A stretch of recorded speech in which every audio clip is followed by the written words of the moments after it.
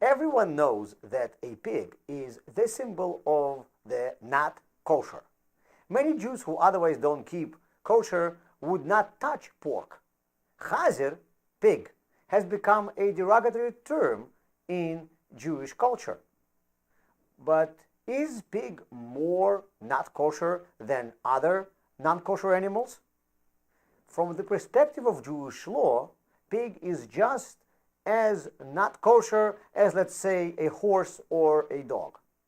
Yet, from the spiritual perspective, there are ways how a pig is different.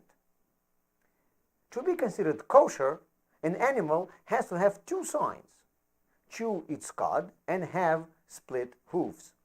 The Torah lists 4 animals that are not kosher because they have only one of these signs: camel, rabbit, hyrax, and a pig.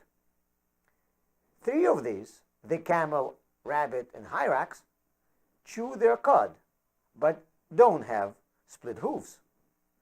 And 1, the pig, has split hooves but does not chew its cud. Kabbalah explains that the 2 signs of kosher have a spiritual meaning. Chewing the cud is an inner factor, and split hooves is an outer one. To be kosher, an animal has to have the right characteristics both internally and in its outer expressions. A camel has a good inside, it chews its cud, but its goodness of the inside does not express itself outwardly. The pig, on the other hand, has a pious outside, but its inside is not kosher.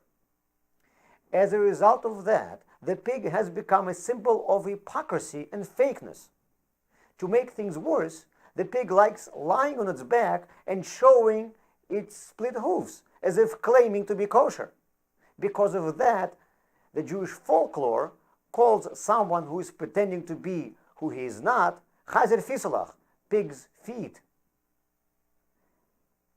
Now we understand why pig is not viewed in such a good light in Jewish tradition. But then there's another interesting thing about pigs. The word chazer, pig, in Hebrew, comes from the word lachzor, which means to return. The Torah tells us that when Mashiach comes, pigs are going to be kosher. How can this be? The symbol of uncleanliness is going to be kosher? One time, people came to the Alter Rebbe complaining that his students are really not as pious as they pretended to be. The Alter Rebbe answered, "The Mishnah says that one should never fake an illness because as a result you might actually get one." Now we know why your grandparents were often screaming at you when you were playing with crutches or canes. The Alter Rebbe continued, if this is so about a bad thing, how much more so it has to be true about something positive. Faking being good, said Alter Rebbe, hopefully is going to help them to be better. The pig is a non-kosher animal that pretends to be kosher. Faking be kosher does not make it kosher, but as a result of that, it will eventually become kosher in the future. It is obviously better to be a kosher animal, being good both on the inside and on the outside. But what if you are feeling that you are not such a good person on the inside? Should you do bad things just because you are a bad person on the inside?